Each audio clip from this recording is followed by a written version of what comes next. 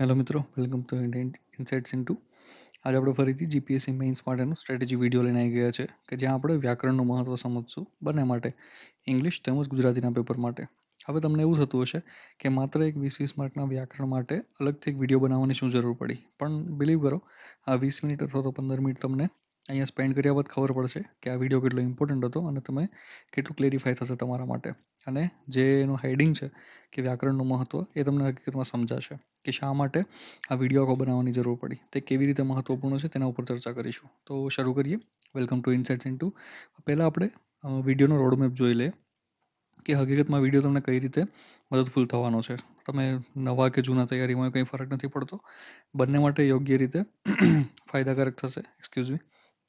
તમે English medium અથવા તો ગુજરાતી મીડિયમ ગમે એમાં પેપર લખતા હોય, તમને બધી રીતે ફાયદો થશે. તો ચલો શરૂ કરીએ આજનો વિડીયો. તો રોડમેપમાં પહેલાં આપણે જોઈ લઈએ કે પહેલાં આપણે ડાયરેક્ટ વ્યાકરણ કઈ રીતે પૂછાય છે 20 માર્કનું, એના ઉપર નજર કરીશું અને વ્યાકરણની સમજણ લઈશું કે એ જે 20 માર્કનું વ્યાકરણ પૂછાય છે બંનેમાં, ગુજરાતી અને ઇંગ્લિશમાં, એ કઈ રીતે કેટલું મહત્વનું છે, ક્યાં મહત્વનું છે, કેવી રીતે તૈયાર કરવું, એવી રીતે થોડી સમજણ લઈ લઈશું, થોડો ઓવરવ્યૂ લઈ લઈશું. ત્યારબાદ આપણે જોશું કે ઇન રિયાલિટી હકીકતમાં વ્યાકરણ શા માટે ઇમ્પોર્ટન્ટ છે, જે આપણા વિડીયોનો મુખ્ય ધ્યેય છે તમને સમજાવવા માટેનો.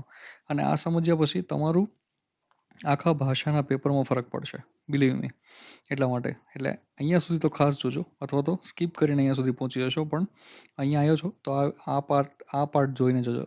ઓકે, ત્યારબાદ આપણે જોશું કે ક્યાંથી અને કેમ વ્યાકરણ કરવું અને તેનો ફાયદો આખા પેપરને કઈ રીતે થાય એ રીતે થોડું આપણે ધ્યાન આપીશું. અને ત્યારબાદ ઇન્સાઇટ ઇન્ટુ છે તે તમને કઈ રીતે સપોર્ટ કરશે તેના ઉપર થોડી વાત કરીશું.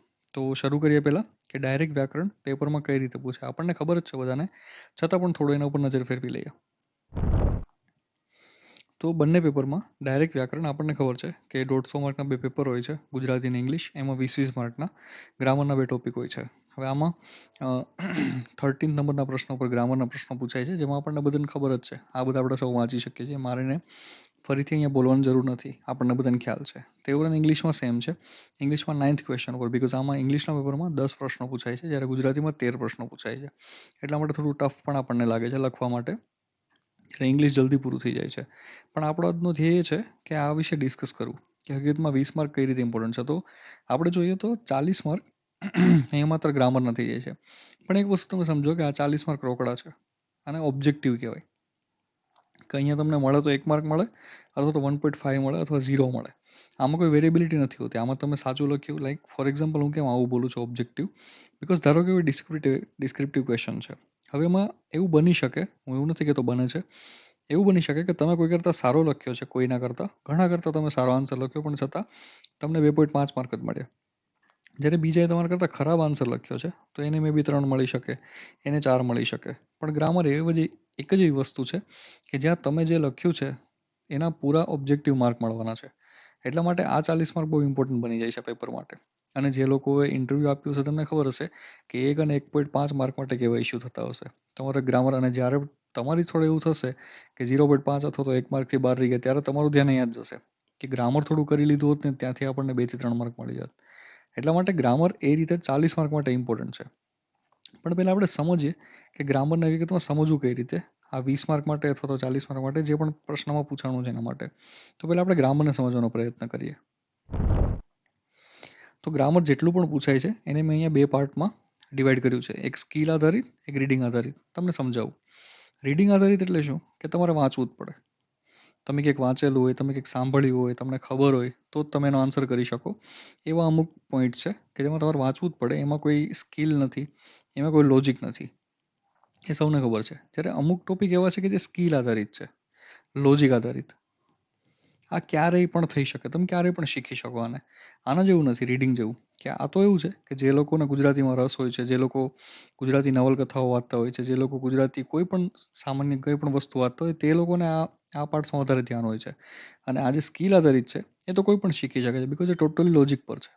એટલે આ એક વસ્તુ સમજવા જેવી છે. તો હવે અહીંયા સમજવાનો મુદ્દો એ છે કે અહીંયા અમે બધા ટોપિકને એ રીતે ડિવાઈડ કર્યા છે, જે તમે જોઈ શકો છો. ફોર એક્ઝામ્પલ આપણે ગુજરાતીની વાત કરીએ તો સમાસનો વિગ્રહ. તો સમાસ છે એના ટાઈપ ફિક્સ છે કે એટલા ટાઈપમાં જ સમાસ પૂછાય. અને જીપીએસસીનું સિમ્પલ છે કે નોર્મલી જે 4-5 સમાસ છે એમાંથી જ પૂછતું હોય છે. એટલે આ શીખી શકાય એ વસ્તુ છે. એટલા માટે મેં અહીંયા સ્કિલ આધારિતમાં ડિવાઈડ કર્યું છે. કે આ જે ટોપિક છે 1, 2, 3, 4, 5, 6, મતલબ કે આ જે 12 માર્ક છે 20માંથી, એ તમે સ્કિલ આધારે શીખી શકો છો. તમે શીખી શકો મતલબ લોજિક લાગે છે ત્યાં. ત્યાં તમારે નોલેજની બહુ ઓછી જરૂર પડે છે. તમારે બસ સમાસ જેટલા છે એને ગોખવાના છે, એને યાદ રાખવાનું છે કે વિગ્રહ કઈ રીતે થાય. તમારે છંદ છે તો એ છંદના નંબર યાદ રાખવાના છે, માત્રા મેળ હોય કે અક્ષર મેળ હોય તેના નંબર યાદ રાખવા છે, માત્રાના અક્ષરના, એટલે છંદના તમારે માર્ક ફિક્સ થઈ જાય. અલંકાર છે તો અલંકાર એ ફિક્સ જ છે કે 15 થી 20 અલંકાર છે એ તમારે યાદ રાખવાના છે, એની ટેકનિક શીખવાની છે, એટલે તમને એ આવડી જાય. સેમ વસ્તુ લેખન શુદ્ધિમાં સંધિ જોડો વાક્ય રચના, આ સૌથી સિમ્પલ ટોપિક છે ગ્રામરનો. આમાં તો 2 માંથી 2 આવી શકે, કંઈ પણ મહેનત વગર, માત્ર એક, બીકોઝ વાક્યના પ્રકાર 2, 3 થી 4 જ છે. એટલે આ જે મેં અહીંયા રેડથી માર્ક કર્યા છે એ બધા સ્કિલ આધારિત છે કે જે તમે આજે પણ શીખી શકો. ઇવન તમને ગ્રામરમાં છતાં કંઈ ખબર નથી પડતી. હવે તમે વિચારો કે તમારે ગુજરાતીમાં ફોર એક્ઝામ્પલ 50 માર્ક 60 માર્ક આવે છે, ઠીક છે. હવે તમે આ 12 માર્કનું ટેકનિક શીખી લો એટલે સીધા તમારા ગુજરાતીમાં 10 માર્ક એડ થઈ જાય. આપણે 2 માર્કની ભૂલ ગણી લઈએ છીએ, એટલે તમે સીધા 10 માર્કનું ઇમ્પ્રુવમેન્ટ અહીંથી કરી શકો છો, તમે ગ્રામર સ્કીપ કરતા હો છો, ઠીક છે. તો આ તો વાત થઈ રોકડા માર્કની. હવે સેમ વસ્તુ ઇંગ્લિશમાં છે. ટેન્સીસ છે, વોઇસ છે, નરેશન છે, ટ્રાન્સફોર્મેશન ઓફ સેન્ટેન્સ છે, આર્ટિકલ્સના ડિટર્મિનેશન, એ પણ એના પણ રૂલ્સ છે, એ પણ તમને પ્રેક્ટિસથી ખબર પડી જાય. પ્રપોઝિશન છે, ફેઝલ વર્બ છે, આ બધી જ વસ્તુ મેં અહીંયા રેડથી ટીક કરી, એ બધી સ્કિલ બેઝ છે, એ શીખી શકાય છે, ઠીક છે ને. તો એને આપણે શીખી શકીએ, ઇવન ભલે એક્ઝામને 35 દિવસની જ વાર હોય છે, છતાં પણ આ શીખી શકાય છે. કોઈ મોટી વસ્તુ નથી, અને અત્યારે જ સમય છે કે આને શીખી લેવું જોઈએ, જેથી કરીને આપણા જે માર્ક છે એ 4 થી 5 માર્કનો વધારો થઈ જાય આખા પેપરમાં. હવે માત્ર એટલું આપણે આ જે સ્કિલ આધારિત વસ્તુ છે એને શીખી લઈએ તો આપણે કંઈ પણ કરીને 15 માર્ક તો આપણે એડિશન કરશું જ. જે 40 માર્ક છે એમાંથી એટલીસ્ટ આપણે 30 માર્ક લાવી શકશું. એ ફેક્ટની વસ્તુ છે, બિકોઝ ઇંગ્લિશમાં મોસ્ટલી બધાના માર્ક સારા આવતા હોય છે. એટલે આ એક વસ્તુ આપણે કરવા જેવી છે, આ કરી શકીએ. હવે સેકન્ડ વસ્તુ રીડિંગ આધારિત. હવે રીડિંગ આધારિતમાં જેમ કે રૂઢિપ્રયોગ છે, કહેવતો છે, શબ્દ સમૂહ છે, જોડણી છે, તો આ જે લોકો રીડિંગ વધારે કરે છે એમના માટે છે. હવે એક્ઝામ નજીક છે એટલે હું આ કોઈને સજેસ્ટ કરીશ નહીં. મારો ધ્યેય માત્ર એટલો હતો કે તમને આ કહેવાનો હતો કે ઘણી એવી વસ્તુ છે કે સ્કિલ આધારે શીખી શકાય છે અને નોર્મલી છે, લોજિકથી શીખી શકાય છે. એટલે તમે બંનેમાં આ વસ્તુ ટ્રેસ કરી અને જોઈ શકો છો. અને એવું લાગે તો વિડીયો પોઝ કરી એનો ફોટો પાડી લો, સ્ક્રીનશોટ લઈ લો, એટલે તમને ખબર પડશે, યાદ રહેશે કે કયા કયા ટોપિક તમે શાંતિથી કરી શકો છો સિમ્પલ ઇફોર્ટથી. તો એ આપણે કરી શકીએ, ઠીક છે ને. પણ આ બધું સમજ્યા પછી હવે આપણે એ તો સમજીએ કે 40 માર્કનો ફાયદો છે, ઠીક છે, 20 માર્કનો. પણ મારો વિડીયો બનાવવાનો ધ્યેય આ નથી. આ તો જસ્ટ તમને એક બેઝિક ઇન્ફોર્મેશન આપી. તો મારો ધ્યેય તમને એ સમજાવવાનો એ છે કે ગ્રામર, વ્યાકરણ છે, વ્યાકરણ અથવા તો ઇંગ્લિશ માટે ગ્રામર તમે જે પણ બોલો, એનું ઇમ્પોર્ટન્સ શું છે, શા માટે મેં વિડીયો બનાવ્યો છે, તો એના ઉપર થોડી નજર કરીએ. ફાયદાકારક કઈ રીતે છે ગ્રામર? તો એક વસ્તુ પહેલા સમજીએ કે ભાષા કોને કહેવાય. આપણે એ સમજશું એટલે આપણને ઇમ્પોર્ટન્સ સમજાશે. ભાષા, કોઈ પણ ભાષા લો તમે, એ 2 વસ્તુની બનેલી હોય, શબ્દો અને શબ્દોને જોડવા માટે વ્યાકરણ. કોઈ પણ ભાષા ઉપાડો તમને 2 જ વસ્તુ શીખવાડે, વ્યાકરણ અને શબ્દો. આ 2 વસ્તુ શીખો એટલે તમને ભાષા આવડી ગઈ. હવે તમે એક વસ્તુ મગજમાં થોડું ઇન્ટરનલાઇઝ કરો કે આપણું જે સિલેબસ છે એમાં મેન્શન કર્યું છે કે એ લોકોને ભાષા કૌશલ તમારું ચેક કરવું છે, ગુજરાતીનું અને ઇંગ્લિશનું. હવે એનો મતલબ એવો નથી કે તમારે પેપરમાં માર્ક વધારે આવવા જોઈએ ડાયરેક્ટલી, પણ ઇનડાયરેક્ટલી તે શું કહે છે કે બંનેમાં તમારું ભાષા કૌશલ સારું હોવું જોઈએ. અને ભાષા કૌશલ એટલે શું? શબ્દો અને વ્યાકરણ. હવે વ્યાકરણનો મિનિંગ તમે માત્ર 20 માર્ક માટે નહીં લેતા, એનો મિનિંગ પૂરો 150 માર્ક માટે છે. સમજાવું કઈ રીતે? હવે ડાયરેક્ટ આપણે ડિસ્કસ કર્યું કે 20 માર્કનું ગ્રામર બંનેમાં પૂછાય છે, ગુજરાતીમાં અને ઇંગ્લિશમાં, એ તો આપણે ડિસ્કસ કર્યું. પણ એના સિવાયના 130 માર્ક છે, એમાં પણ ગ્રામરનો બહુ જ મોટો ફાયદો છે. સમજાવું કઈ રીતે? એક એક્ઝામ્પલ આપું, ગુજરાતીનું પેપરનું એક્ઝામ્પલ લઈએ. હવે જો તમે સમજ્યા હશો કે જોડણીની શુદ્ધિ કોને કહેવાય, અથવા તો કહેવતો તમે વાંચી હશે, અથવા તો તમને ભાષા શુદ્ધિનો જે ટોપિક છે કે જેમાં વાક્ય શુદ્ધિ કોને કહેવાય એ તમે સરખુંથી વાંચ્યું, સમજ્યા હશો, તો ઓટોમેટિકલી તમે કંઈ પણ કન્ટેન્ટ લખશો, તમે નિબંધ લખો કે તમે પત્ર લખો, તેમાં તમારી ભાષા શુદ્ધ યુઝ થશે. એટલે ડાયરેક્ટલી તમારું કન્ટેન્ટ થોડું સરસ લાગશે, સારું લાગશે, અને આપણે કહીએ ને કે ભાષાકીય રીતે સારું છે, જેથી તમને એક્સ્ટ્રા 0.5 અથવા તો 1 જે પણ પેપર ચેકરની સાયકી ઉપર અસર કરી શકે એ તમને એડિશન પોઈન્ટ મળશે. એટલા માટે માત્ર આ 20 માર્ક પૂરતું ગ્રામર ઇમ્પોર્ટન્ટ નથી. ગ્રામર આ તમારા 130 માર્કને પણ હેલ્પ કરી શકે છે. હવે સેકન્ડ એક્ઝામ્પલ લઈએ આપણે ઇંગ્લિશનું. ફોર એક્ઝામ્પલ તમે એસે લખી રહ્યા છો. હવે એમાં થોડું પણ તમારું ડુની જગ્યાએ ડઝ થઈ ગયું, ડીડની જગ્યાએ કુડ થઈ ગયું, કુડની જગ્યાએ કેન લખાઈ ગયું, ઈએસની જગ્યાએ એસ લખાઈ ગયું, તો એ ડાયરેક્ટલી તમારી ઇમ્પ્રેશન ઉપર અસર કરે છે. પણ તમે ટેન્સીસ સરખા કર્યા હશે તો તેની કંઈ ખરાબ અસર નહીં થાય. તમારું ઇંગ્લિશ ઇમ્પ્રૂવ થશે અને એનાથી તમારા માર્ક ઇમ્પ્રૂવ થશે. એટલા માટે જે ગ્રામર છે એ આપણને એવું લાગે છે કે 20 માર્ક માટે ઇમ્પોર્ટન્ટ છે, પણ એવું નથી. એની ઇમ્પેક્ટ પૂરા પેપર ઉપર, મતલબ કે આખા પેપર ઉપર પડે છે. તો શું મતલબ આ આપણે સમજ્યા, એનું કન્ક્લુઝન શું નીકળે? એનું એટલું જ કન્ક્લુઝન છે કે ગ્રામર છે એ પૂરા પેપર માટે ફાયદાકારક છે. તેનું મહત્વ આખા પેપર માટે છે, એ સમજવું જોઈએ. એટલા માટે જો ના કર્યું હોય તો આજે જ આપણે ગ્રામરને થોડું ધ્યાનથી 2 દિવસનો ટાઈમ આપી અને કરી નાખીએ. આપણા 40 માર્ક તો સુધરતા થશે જ, આપણે 40 માર્કમાં તો ઇમ્પ્રુવમેન્ટ કરશું જ, પણ જોડે જોડે એના સિવાયના જે 260 માર્ક છે એમાં પણ આપણે ઇમ્પ્રુવમેન્ટ કરશું. અને તમે બિલીવ કરો, જો તમે આ 40 માર્કની મહેનત કરશો તો આજે તમારા 260 માર્ક છે એમાં કમસે કમ તમને 10 થી 15 માર્કનો ફાયદો થશે.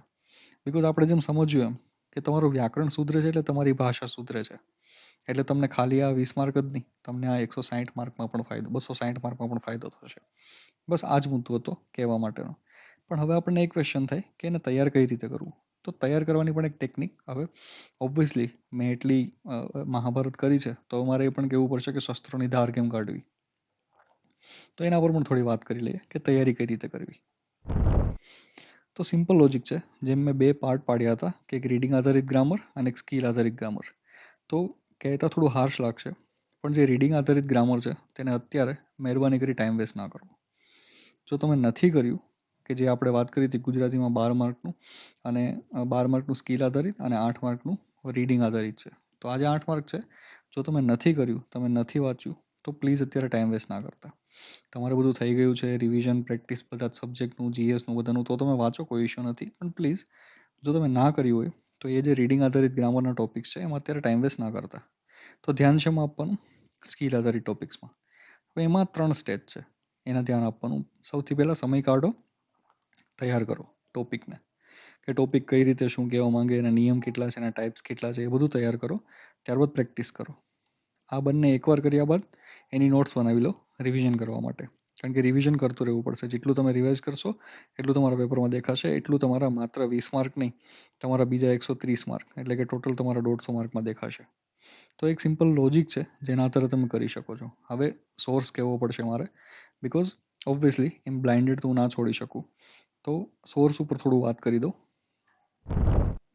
તો હું જનરલી બધાને સોર્સ જે અક્ષર પબ્લિકેશનની બુક્સ હોય છે એ જ કહેતો હોઉં છું.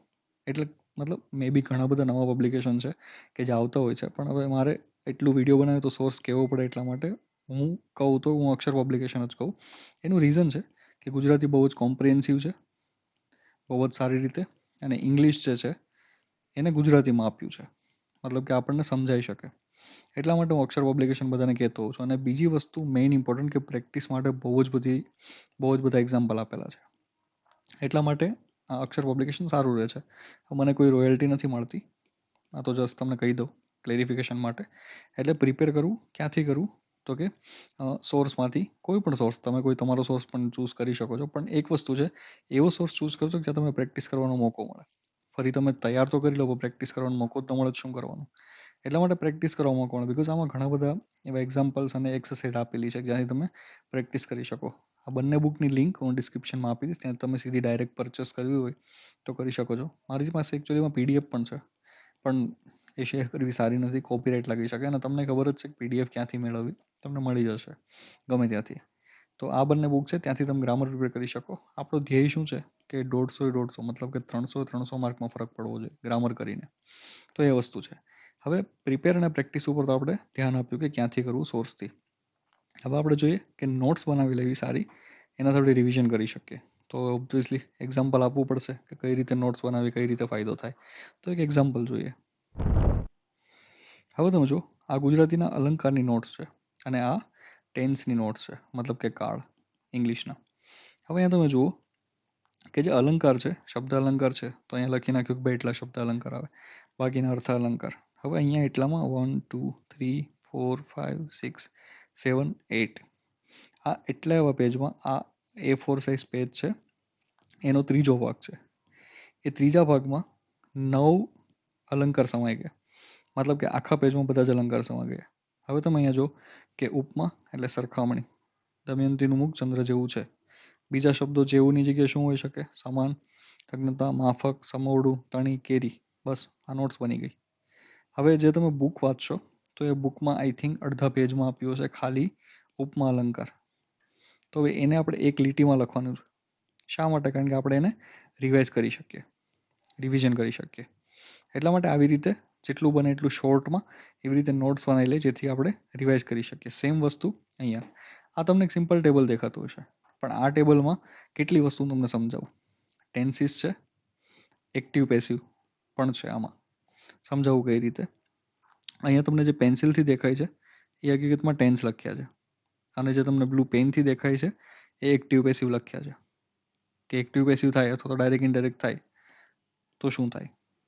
તો આવી રીતે થોડી સ્માર્ટ નોટ્સ બનાવી અને આપણે આપણા માટે સેલ્ફ પ્રિપેર થઈ શકીએ, જેથી આપણે રિવિઝન ફાસ્ટ કરી શકીએ. અને જેમ મેં કહ્યું કે હજુ તમે જો નેરો માઇન્ડેડ 20 માર્કનું વિચારતા હોય તો હજુ તમે થોડું તમારું માઇન્ડને બ્રોડ કરો અને પૂરા 150 માર્ક એટલે 300 માર્ક માટે વિચારો કે ગ્રામર શા માટે ઇમ્પોર્ટન્ટ છે. તો આ 3 સ્ટેજ મેં કહી દીધા કે તમે જે સ્કિલ આધારિત જે પણ ગ્રામર છે તેને આ રીતે તૈયાર કરી શકો છો. હવે ઓબ્વિયસલી આપણે આ બધા ઉપર ડિસ્કશન કરીએ જ છીએ. જેટલા પણ ટોપિક્સ મને કોમેન્ટ્સમાં મળે છે, મને DM આવે છે, મને મેસેજ આવે છે, એ બધા જ ઉપર હું વિડીયોઝ બનાવતો જાઉં છું. તે ઉપરાંત મારો જે એક્સપિરિયન્સ છે તે શેર કરતો જાઉં છું. તેવી જ રીતે જે પણ તમને એવું લાગતું હોય કે ભાઈ આ વસ્તુ છે, તમે કોમેન્ટ કરી શકો છો કે એના ઉપર વિડીયો બનાવી. હવે ઇનસાઇટ્સ ઇન્ટુ છે તો એ તમને કઈ રીતે હેલ્પ કરશે આ પ્રિપેરેશનમાં એના ઉપર થોડું કહી દઉં. ઓબ્વિયસલી કોઈ પેઇડ કોર્સની વાત નથી કરવાનો, પણ છતાં તમને કહી દઉં કે કઈ રીતે તમને હેલ્પ કરશે. તો તેના ઉપર ધ્યાન આપે પહેલાં.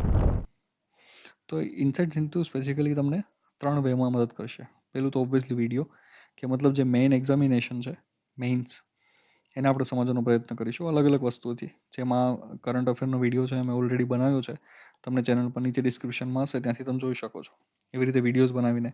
Second, current affair. તો કે જે આજે કરંટ અફેરની ચેનલ છે આપણી એ પણ ડિસ્ક્રિપ્શનમાં છે, તો ત્યાં આવા દરરોજના એડિટોરિયલના ડિસ્કશન ગુજરાતીમાં, like for example the Hindu અને ઇન્ડિયન એક્સપ્રેસના આવા જે એડિટોરિયલ હોય છે, એડિટોરિયલનું સિમ્પલ લોજિકમાં કન્ક્લુઝન, પછી તેને એક્ઝામમાં યુઝ કઈ રીતે કરવા તેનું પણ ડિસ્ક્રિપ્શન નીચે આપેલું હોય છે. અને તે ઉપરાંત એને રિલેટેડ કયા ટોપિક હોય છે તેને વાંચવા જરૂરી છે એનું પણ ડિસ્કશન એમાં આપેલું હોય છે.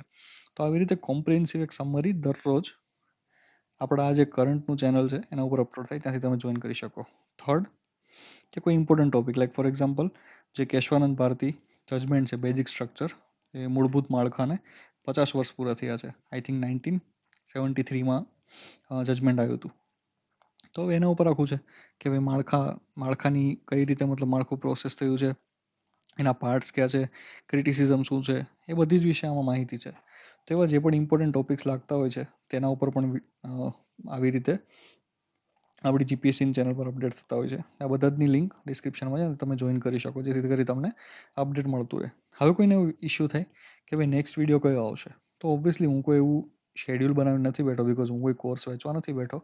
મને જે વસ્તુ મગજમાં આવે છે કે લોકોને કન્ફ્યુઝન આવી શકે છે, અથવા તો મને જે આવી હતી ને મેં સોલ્વ કરી હતી, અથવા તો લોકો જે પણ કોમેન્ટમાં મને ક્વેશ્ચન કરે છે, હું એના ઉપર વિડીયોઝ બનાવતો જાઉં છું અને થોડી એસ્પિરન્ટ છે એની જે પ્રિપેરેશન છે એને લેવલઅપ કરતો જાઉં છું.